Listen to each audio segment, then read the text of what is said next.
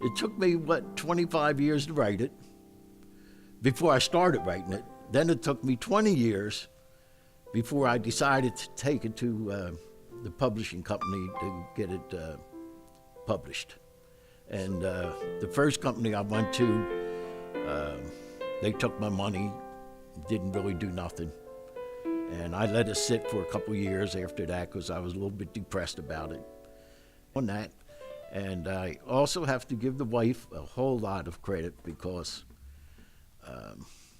she didn't understand what I went through in Vietnam. And I believe the first Vietnam reunion we went to, I really realized that nobody was talking about it. Even the guys that I that was there with me, nobody talked about it. So when I got home, Betty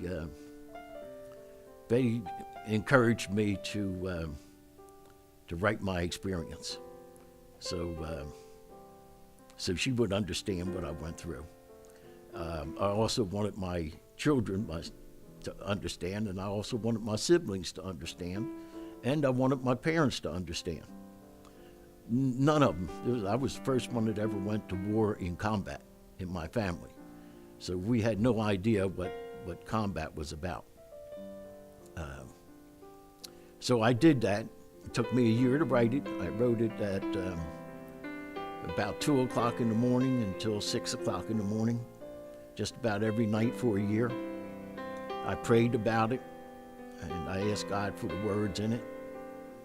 And I had somebody the other day ask me, well, how can you remember all that? Well, trust me, when you went through what I went through, you don't forget any of it. It's all there. You just don't forget it.